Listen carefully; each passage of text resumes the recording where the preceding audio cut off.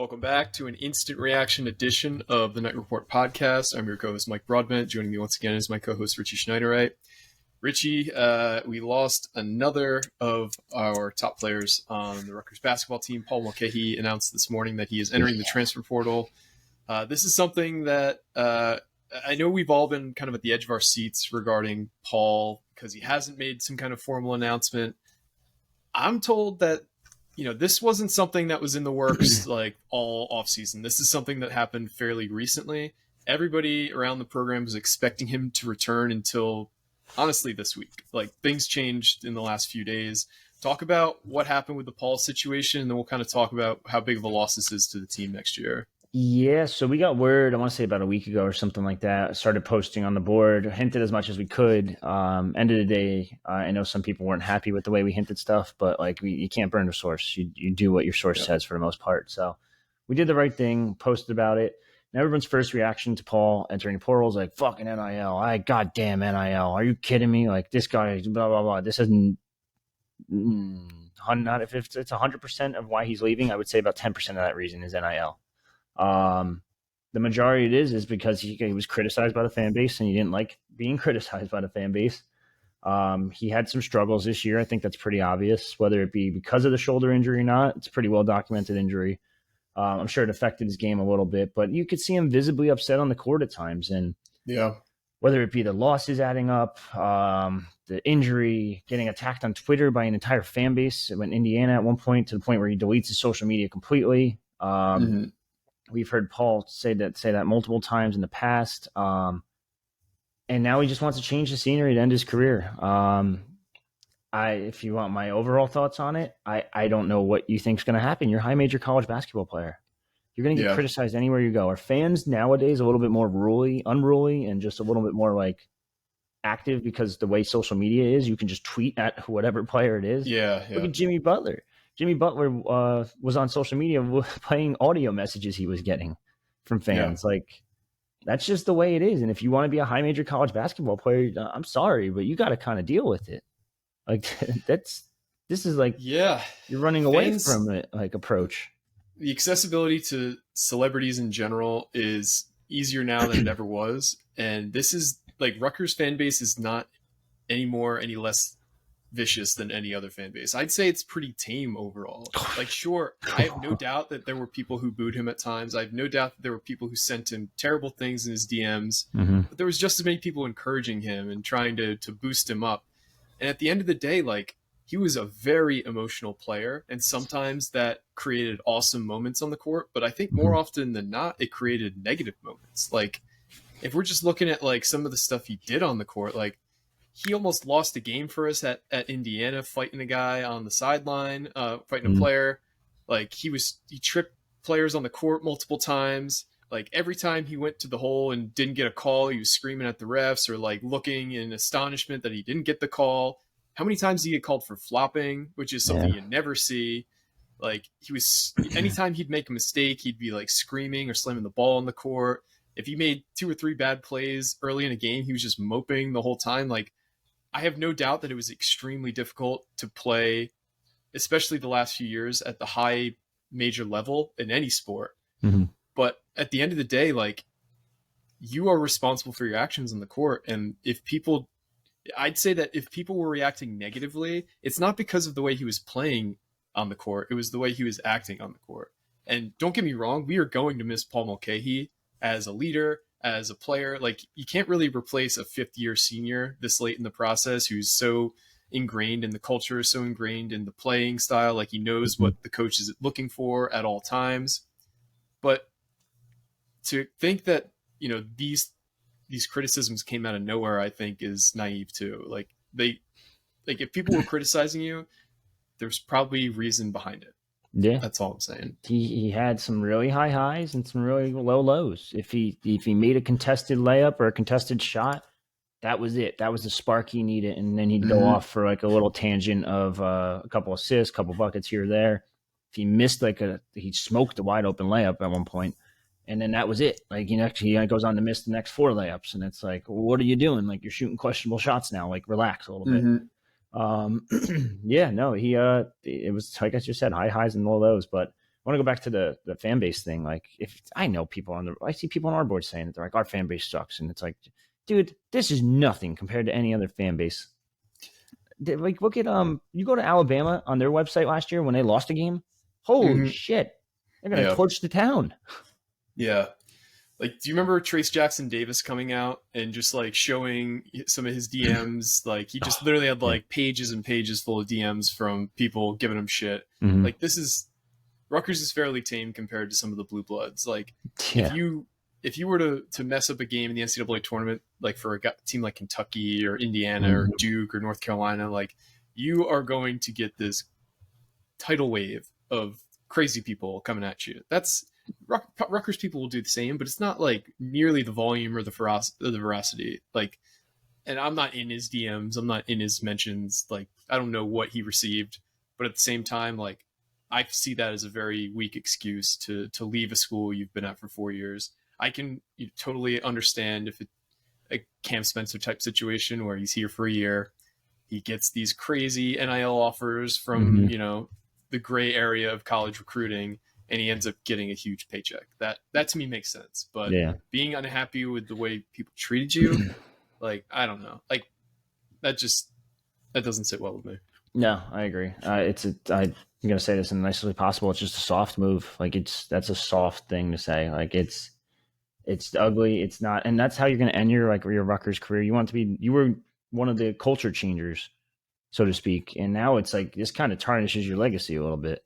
You're supposed to be New Jersey's point guard, which you also put in your post.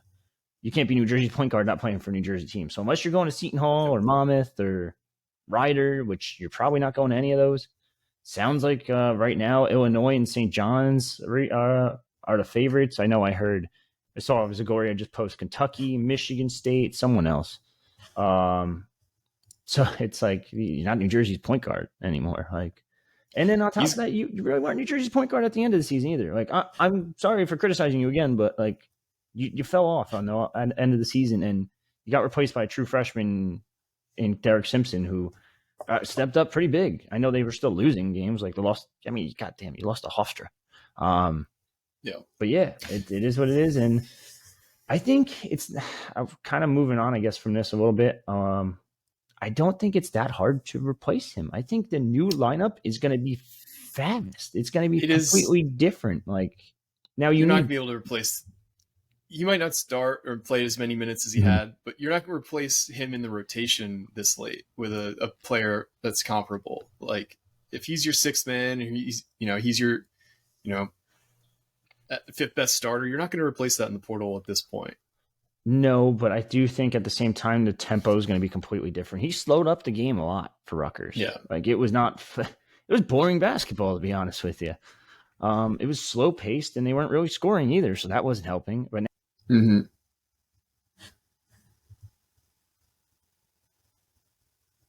he's going to be a big one for Rutgers. His pace alone is fast as hell.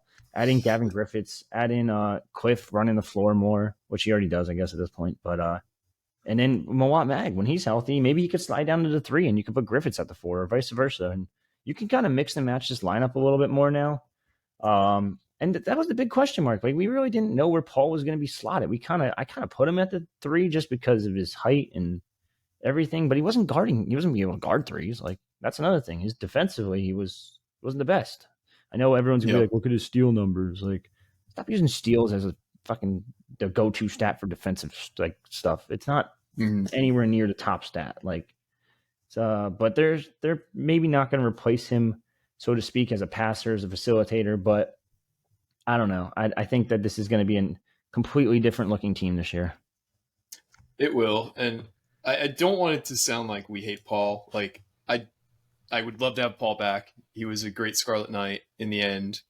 It sucks that he's leaving under these circumstances, but I think we kind of got to call it as it is with what we're hearing is how it went down. It also kind of brings like a very interesting, and Rutgers is kind of uniquely getting attacked by this because while our NIL isn't like terrible, it's not as beefed up as some of these other programs. And since Pike has a developmental program, he has a lot of older players on the team. So they're ripe for picking because, they're graduate level transfers, or they graduated, so they can transfer anytime. So I think you're gonna see a lot more players not enter that original transfer window, and if they're a grad transfer, hold out and then wait, which is terrible for team building. Like, it is so hard to recover from this late in the process for Pike. You Yeah. almost have to like take guys preemptively in the thought that somebody might leave. It's just impossible to recover this late when you don't have the ability to recruit younger guys too. It sucks that it's happened twice to us, but I do think this will be a trend that continues next season in college basketball. So, good news is there's only one other graduate on the roster, and it sounds like he's fully staying, and Andre Hyatt. But Andre Hyatt, yep. His role is going to increase. He's going to have to play more of that guard wing role. He's probably a starter right now, pending what they do via portal. I would probably argue it's Fernandes, Simpson, Hyatt, and then Mag's not back, so Mag's on the bench. Maybe Griffith's at the 4. Let's play not small ball because he is 6'7", 6'8". But you got some. You got an interesting looking roster right now. I don't know how I feel about it overall. I don't think it's awful. I don't think it's like bottom barrel Big Ten, but I think it's definitely like lower of the middle section of the Big Ten right now. I know people had them projected as high as 6th or 7th earlier this week, last week, whatever it was. I'd probably drop that down like 8th at the moment, maybe 7th, around there. Mm-hmm. It all depends. It really depends on how these guys step up. Is Cliff going to be a totally different Cliff? Is he going to take the advice that he got from all these NBA personnel? And then Gavin Griffiths, man's just got to be ready to play from day one.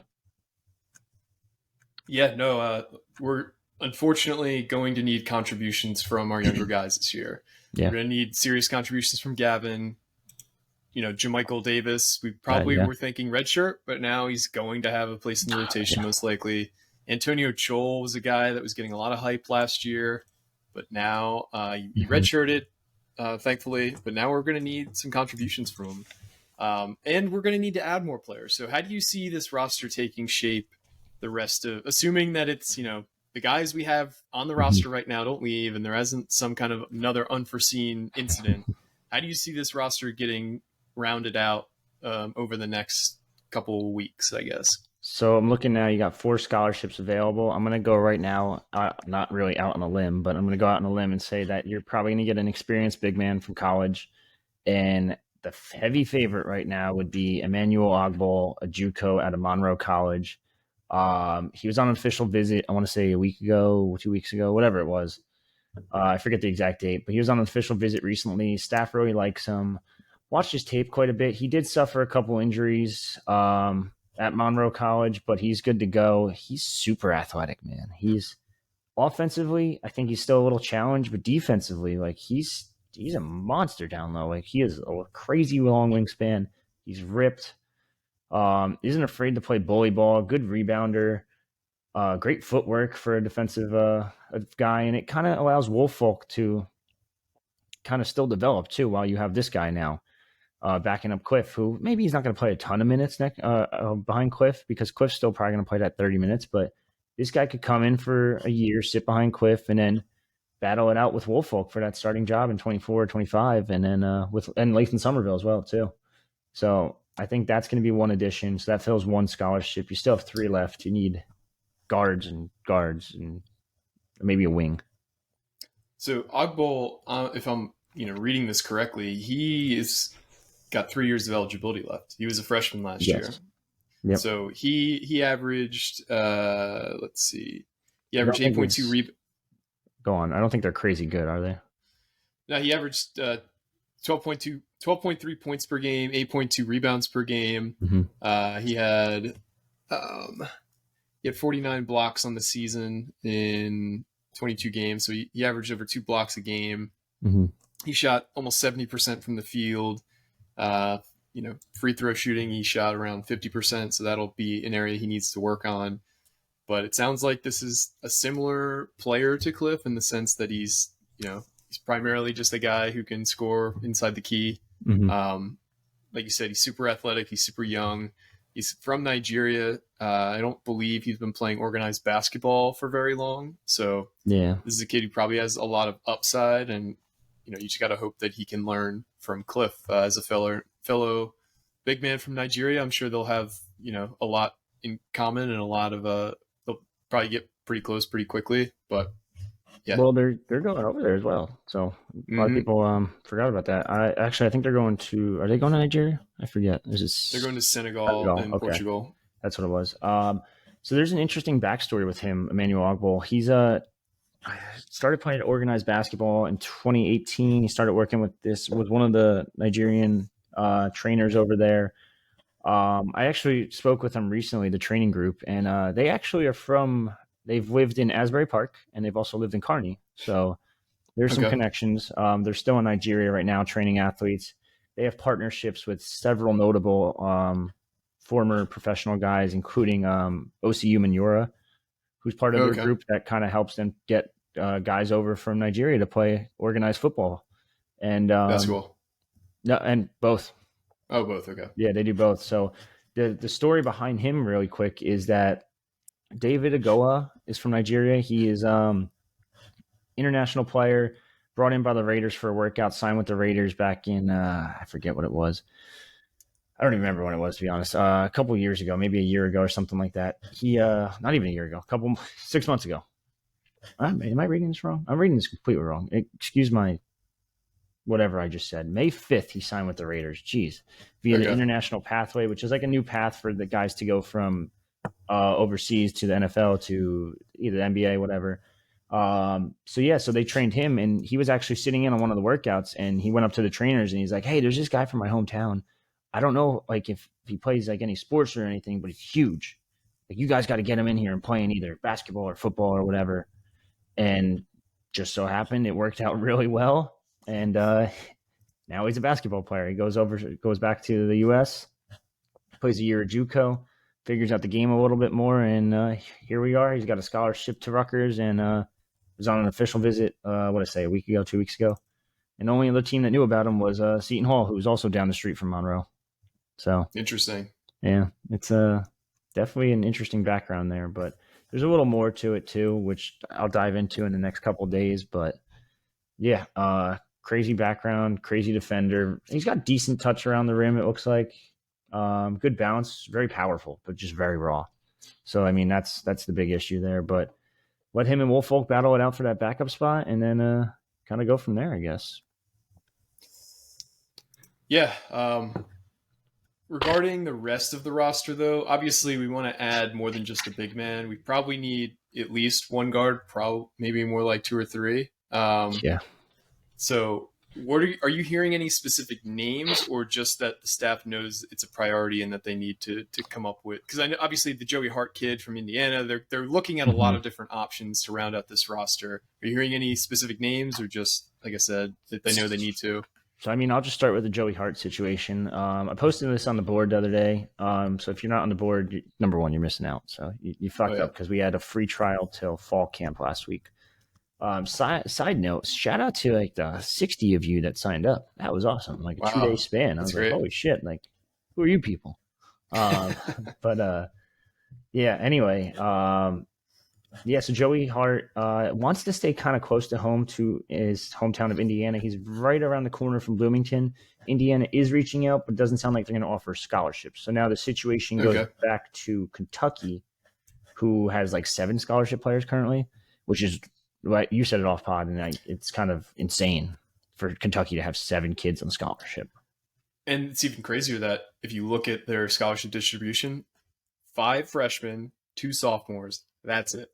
I think they're trying to get that kid Reeves to come back, but literally, I mean, most of their freshmen are one and dones too. So that roster is going to be, it's kind of scary when you even look at, like, we think we're having problems with a roster. Like, these big schools are having problems too. Like, you look at North Carolina, you look at, Kentucky, like, these schools are having trouble keeping a roster together, just like Rutgers is. So it's not just a uniquely Rutgers problem. Yeah. And that's the blue blood, like the literal blue blood, Kentucky. Yeah.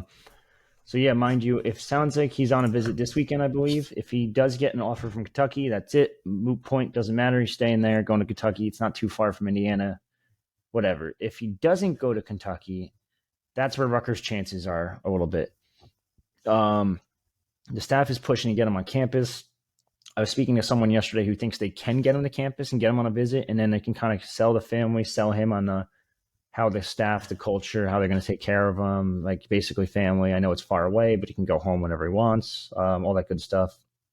If Kentucky doesn't offer, I think Rutgers has a great shot. If not, if Kentucky offers, like I said, it's done. It's over with. But we'll wait and see there. I started looking into the portal a little bit just to see what guards are available and have connections to Jersey, to the coaching staff. Obviously, Marlon Williams had a guard in a portal, but he just committed to Jason Zandamela, one of those. I forget what it was. Some of the Z. Ended up committing to Oregon, so he's out. There was 2 other guards from Central Michigan in the portal, but they committed elsewhere. I want to say a month ago or 2, so that they're out. I think Luther Muhammad's probably your best option at the moment. Former Jersey kid. I believe he was Hudson Catholic, if I recall correctly. Went to Ohio State, so he's got Big Ten experience, and then went to Arizona State this past season. Now, he has a pretty hefty injury history, but he had a lot of potential coming out of high school. I think we still have him ranked as like a top 70 portal kid. So if you can somehow just get any type of production out of him, I think that would be huge for Rutgers. He's a Newark, New Jersey native. What did he average last year? He only averaged 3.7, so he didn't play a ton. He did appear in 36 games, but he just didn't play many minutes. His best season ever was his freshman year. We had 7.6 points per game at Ohio State. So Big Ten experience, Jersey guy, a taller guard too. It's like, I think he's 6'5", 6. No, I'm sorry. He's a little smaller than that. 6'4", 195 he's listed at, actually. We had him listed higher in high school, which is wild. But I mean, just for depth purposes, if you can sell him on the fact that, like, hey, man, like, we know it's been 4 years. It's clearly, like, not clicking a little bit. Like, just come in, fill a role for a couple, I'm going to say 10 to 15 minutes tops, and then that's all we need from you. Maybe you can get a little niche of like a corner specialist or something like that. But I'd go after him hard. And then there's some others out there that are Jersey guys too. Like Noah Farrakhan played at the Patrick School, but had his struggles at East Carolina. And then actually had a really good second year where he averaged like 16 points per game and then averaged 12 this past season. But I don't think you want a starting point guard because that's Fernandes' spot. Derek Simpson is probably right now your starting shooting guard, or vice versa, whatever you want to do. So yeah, I mean, I think you need a 2 guard, and I think Luther Muhammad kind of fits that role perfectly almost. Yeah, no, I think you kind of have to be flexible with what you're looking for at this point. And so if any of these guys are showing interest or are interested in taking some kind of like non-guaranteed starting role, like it's a tough sell right now because there are schools that are selling, even if it's not the truth, they're selling starting roles when they're trying to get these portal kids on campus. Pike is not the type of coach who does that. Yeah. Or you know what you could do? You could just do what, I don't know, like what Notre Dame, Georgetown, Illinois are all doing, and just tamper with someone and be like, hey, you're a grad transfer. You want to come play here? Like, the problem is like every school is already doing that. So I think any kids who are susceptible to being lured into the portal probably already have been at this point. You would think, yeah. Or at least are close. I don't know, because like it's the same problem, right? Where if you were the first person to recruit a kid and you've been recruiting him for a month now, and then he decides to enter the portal, you have that, and it's like such a microcosm of where recruiting is right now that a month can be so important. Where like traditionally, it's like I've been recruiting this kid since he was in 8th grade. You know what I mean? Yeah. But having a month head start in the portal right now is a huge head start. So if you've been recruiting a kid for that long under the radar and then he enters the portal, like you have a huge leg up. So yeah, I don't know. I mean, I'm just bullshitting here, but I'm looking at Central Michigan's roster. I don't know. I'm trying to see if he entered the portal or not. I don't think he did. I just said they had a couple guards that did enter the portal. But Brian Taylor, their leading scorer last year, Detroit, Michigan, which Marlon Williams connection via the staff, via this, via that. I don't think he entered the portal. He did graduate. He tweeted on May 7th he graduated. Led their team in scoring. Did not enter the portal yet. 14.4 points per game. He's a 6'6" guard. Hear me out. This is making... I just put it all together within seconds. Look at that. And he averaged 6 rebounds. It's pretty damn good. 28% from three, which that's like Paul Mulcahy numbers. Sorry, I gotta stop. Yeah, I mean, ultimately, the staff's going to have to get creative. We don't really have the time to hope for the best situation, but I guess we'll just kind of see how things go. Is there anything else basketball related you wanted to hit on before we change subjects here? Ooh, Tuesday, 2:30, 4:30, one of those times. I forget what time it is. It's Eastern time. It's either 2:30 or 4:30. Bryce Dortch is making his announcement between Rutgers. It's 4:30 Eastern. 4:30. Rutgers, Virginia Tech, or Temple. Temple, I think they just threw that out there for fun.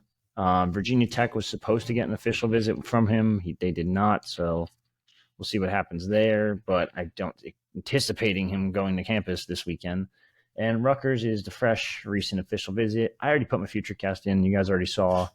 I spoke with someone yesterday in depth about it, and they said go for it, throw it up there. And I was like, all right, cool, here we go. And it sounds like Rutgers might be getting number 125 in the 2024 class to go with number, 3 right now, and number 90 something. I forget what Lathan Somerville is. Might just be 90. Mm-hmm. But so, yeah, and I mean, and they're just missing one more piece after that, and then everyone can stop crying about 2023 and be like, yeah, screw that year. Let's go next year. Yeah, it's kind of interesting how down in the dumps we might feel right now. Mm-hmm. And looking on the horizon, what the class of 2024 is shaping up to be. Like, if things go the way that we think they will and the way that we future cast them to, Rutgers is going to have 2 of the top 4 players in the 24 class, along with 2 other 4-star players. 2 other 4-stars ranked in the top 125. And those rankings are probably not what they'll be by the end. Because if you look around the industry right now, we've had 2 competing sites rank Dylan Harper number 1 in the last few weeks in their ranking updates. From what you've said, it sounds like Rivals is likely to push him up even further, along with Ace Bailey getting pushed up even further. Another site has Dylan Harper and Ace Bailey number 1 and number 2 right now. So yeah, we could be landing the number 1 and number 2 prospects in the country in 24. So I do think we need to step back and take some perspective as to where we are as a program. Things might feel really shitty right now, but like we said, the trajectory is up, and I think it's a Shianoism where progress isn't always linear, but it's so clearly pointed upwards for Pikel and the basketball team that I don't think we should get too down in the dumps to recent news, even though it does suck and we know changes need to happen. Pike knows changes need to happen. From what we've heard, he was very proactive after Cam left in terms of like, okay, we got to start getting serious about NIL. What can we do? And then sure enough, the Scarlet Open is announced. And I don't know if anyone has seen that. It's an event run by the Knight Society. It's at the Edison Topgolf on July 23rd. I think pricing is to be released shortly. But all that money is going towards basketball's NIL. I think their plan is to raise about $100,000 for the NIL for basketball. That's huge. I do think Pike will be very involved with these kind of events moving forward.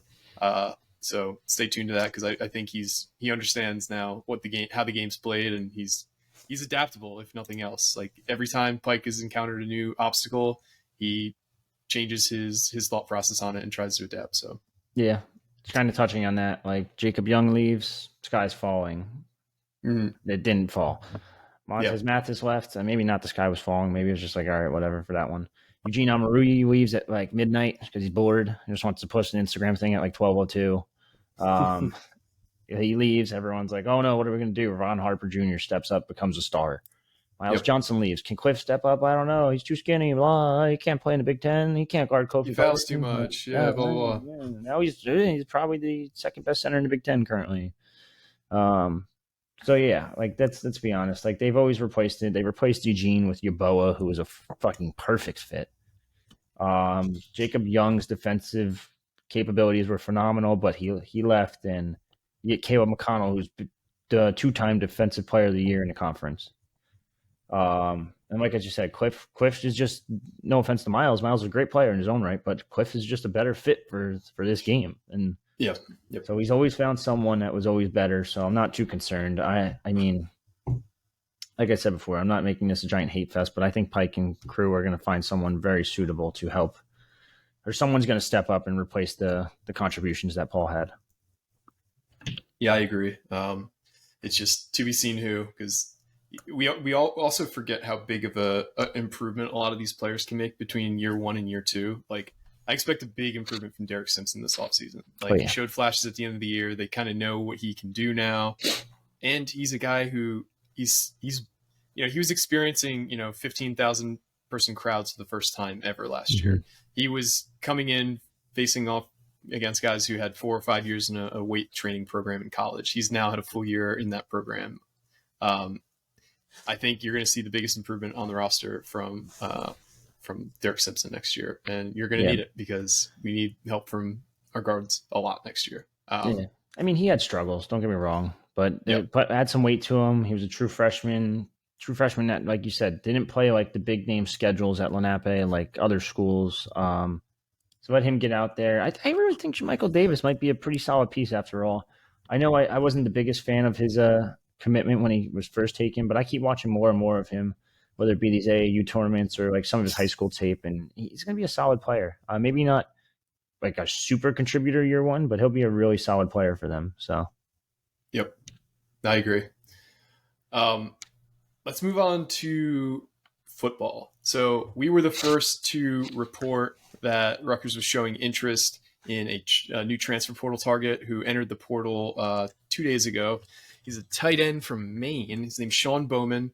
I did the write-up on him. The connection with the staff is that he was recruited to Maine when Joe Harrisimiak was the head coach and Corey Heatherman was the defensive coordinator there. He had his best season as a college athlete last year. I think he played 8 games and he had like 30 catches for like 350 yards and 5 touchdowns. He was a guy who graded out really well in PFF. I think he was PFF's 24th rated tight end out of about 500 qualifying tight ends. He's a big guy, 6'5", 255 pounds. He's got soft hands. He's not a burner, but he's a very good receiver. And since he's entered the portal, he's picked up quite a few offers. Rutgers offered him later that day after we reported the interest. What are you hearing about Shawn Bowman? This is a kind of a weird time for a guy to enter the portal right before summer reporting happens. Do you think Rutgers has a chance here? I do actually. Like you said, there's the connections between Heatherman and Harrisimiak. He's also a Maine native, so I'm assuming he probably wants to stay a little bit localish. And honestly, Rutgers has a pretty big void at tight end. They haven't had a good tight end since probably Tyler Croft, if we're being 100% honest. Unless you want to say Travis Vokalek. Yeah. He didn't really do much in his years, though. Like, I thought he had potential, but he didn't do a whole hell of a lot. But then again, it's Ash era offense. Jeez. Nightmare scenario, nightmare fuel right there. But I think Rutgers has a pretty good shot. He's only got 2 offers announced from Mississippi State and Rutgers, but we were also told Colorado, Louisville, and someone else was after him as well. Oregon, just anyone that's out there that is productive. It's like, hey, here's a bag. You want to come here? Yep. You want to go to Eugene? It's beautiful. Let me tell you. Actually, I did hear it's actually kind of nice, but maybe not Eugene, but Portland. But besides the point. Yeah, so I mean, I think Rutgers has a pretty decent shot. I definitely keep an eye on that one. And he's super productive, so there's that. And Maine native, went to Maine University of Maine. I don't even know whatever it is. That's University of Maine. Yeah, University of Maine. And the connection, the coaching staff makes a ton of sense. So let's see if Rutgers can snag a pretty good tight end very, very late in the process. That would be huge for them. And then that would be huge for their offense. I know it's a lot of new faces, a lot of new learning and stuff like that, but hell, if you get Bauman to go along with Brantley and Jaquay Jackson and Chris Long or Rashad Rochelle or Christian Dremel step up, it's like, all right, holy shit, you got some weapons now all of a sudden. So yeah, it is weird that we're going into year 4 of Shiano 2.0, and all of our top offensive guys are either struggling or they're transfers, or they're struggling and they were transfers. Like, that is pretty concerning. Tyler. Yeah, like our top 2 receivers are like FCS or D2 receivers. Like, if we land this kid, it'll be an FCS tight end who will be starting for us. Like, our best lineman last year was an FCS transfer. I hope that improves, but it seems like, and I don't know if that's primarily because the offense we were running under Gleason. I think that's to be determined. Hey, that's the Wildcats offensive analyst to you. Well, that's another funny situation that just popped up. So, former offensive coordinator for Rutgers, Sean Gleason, just joined Northwestern as an analyst, an offensive analyst. And the way that coaching contracts work is they use something called offsetting language, which basically means if you fire me, you still have to pay me, but whatever my new job pays me offsets what you had to pay me. So because he's joining as an analyst, he could basically get paid nothing. So Rutgers is still on the hook probably for the majority of that $1 million payday. Northwestern's probably paying him like a GA, probably like $50K or something like that. Yeah. And he's just going to help them probably prepare for Rutgers all off season because that's opening day, Rutgers Northwestern. So just one more way that Sean Gleason is fucking Rutgers over by joining Northwestern staff. Yeah. And he either stays on and gets an assistant job, or it's like a one and done. And it's like, hey, we beat Rutgers, you're staying on. Hey, you lost to Rutgers, you're out. Fuck you. Yeah. And I mean, I don't know how much a win is worth to a college program when you break it down, but whatever, if they pay him, $50K and he has a few insights that help them, create a tackle for loss or like a pass breakup. I mean, and that helps towards a win. That's definitely worth it for them. But let's hope that doesn't happen, obviously, because Rutgers needs to win opening day to have any chance at a bowl. Yeah, I'd say 40K is worth a win, to be honest. Yeah, no, it's well worth it for sure. Yeah, here, take the money. But last thing I have on my list is we have a big upcoming visitor weekend this weekend. Yes. Lots of football recruits. Run us down some of the. I guess we can go through the whole list if you want, but let's go through the highlights of the list. There's a lot of people here. I don't feel like going through them all. There's a couple commits, so we're just going to go off the gist. Sam Piloff, linebacker, Matthew Agunny, tight end, and Gabriel Winovich, athlete / running back / linebacker, just coming in as an athlete and probably running back to start though. After that, kind of looking mostly in the trenches, it seems like. Nair Daniels is coming down from Bergen Catholic. I don't expect him to go to Rutgers. I still have him as a Texas lean. Mason Carter's an interesting one. He's a Florida kid I'm keeping a close eye on.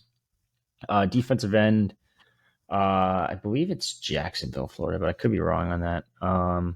He's one to keep an eye on. Devin Baxter out of Maryland's going up from he's a defensive end. Mekhi Byerson, defensive end from Virginia. The one that I really am keeping a very, very, very close eye on is Erasmus Hall. Obviously, a ton of connections between Shiano and Erasmus Hall, Rutgers and Erasmus Hall.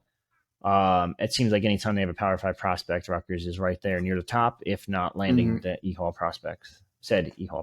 I kind of fully expect him to commit this weekend, to be honest with you. Interesting. His uncle, what's his name? Uncle Lenny. Yeah, I feel like his Uncle Lenny is some guy on the boards. I don't know who he is.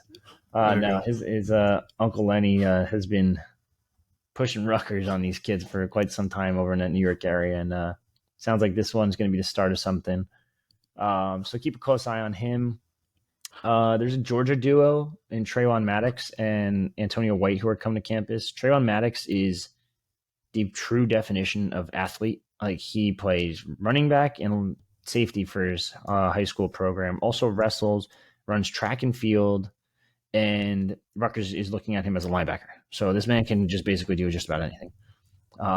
So I would keep a really close eye on Trayvon Maddox. And if they land him, I wouldn't be shocked if his teammate kind of just splurged and committed as well. And Antonio White, ton of offers for White. White is the better prospect. He's got a bunch of SEC guys from like Auburn, Kentucky, Mississippi State. He's got Louisville. He's got Texas A&M, Vanderbilt. He just visited last weekend for an official visit. So if they can land that duo, that's huge for this recruiting class, which is already significantly looking better. I know numbers-wise it doesn't look better overall than last year, but when it's all said and done, I think it's going to be higher ranked than last year's. And then last but not least, I'd probably say keep an eye on Willie Love.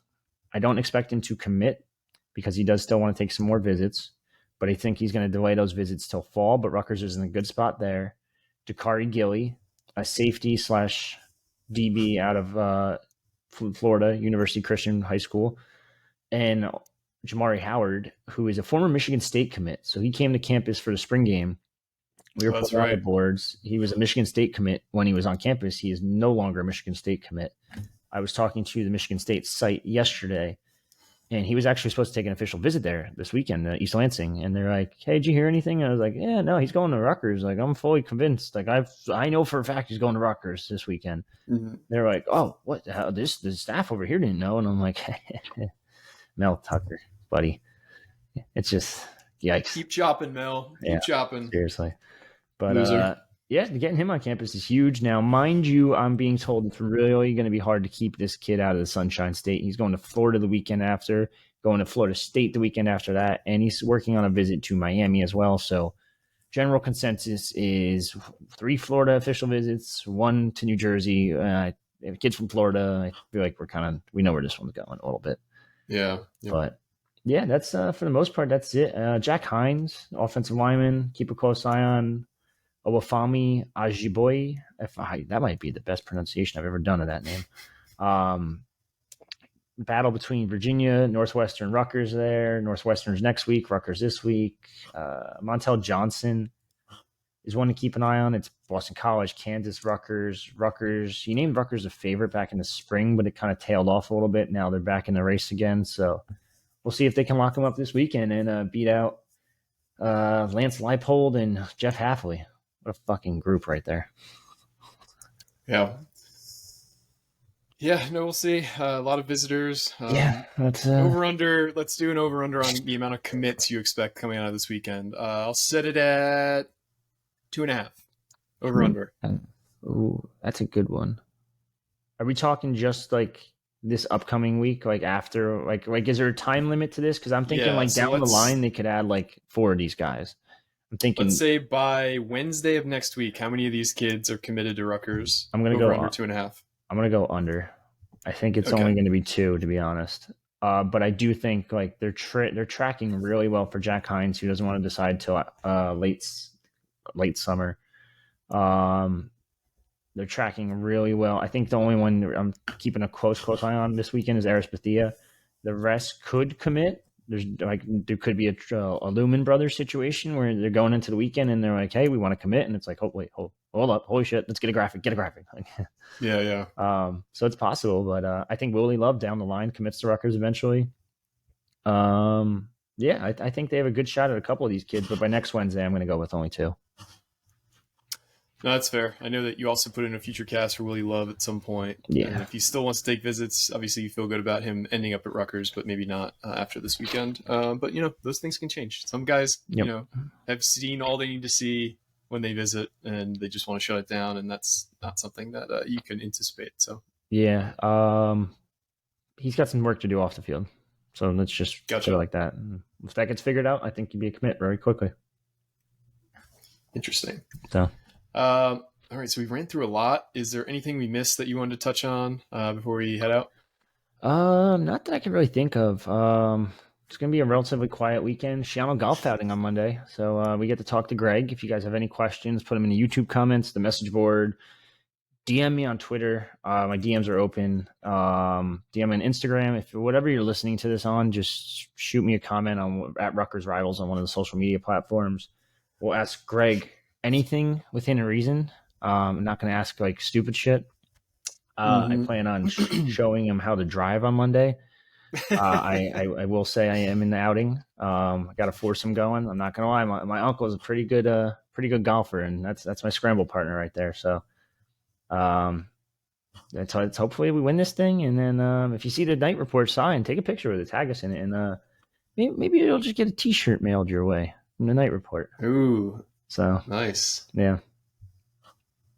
But that's pretty much it. It should be a fun outing. It's at Fiddler's Elbow. I've never played there. So if you guys got any pointers, please let me know. If I have to like cut the dog leg left, it ain't happening. If it's a dog leg right, my slice will fit perfect. So just any tips or tricks to the course, let me know. Yeah, isn't Fiddler's Elbow like haven't PGA events been played there?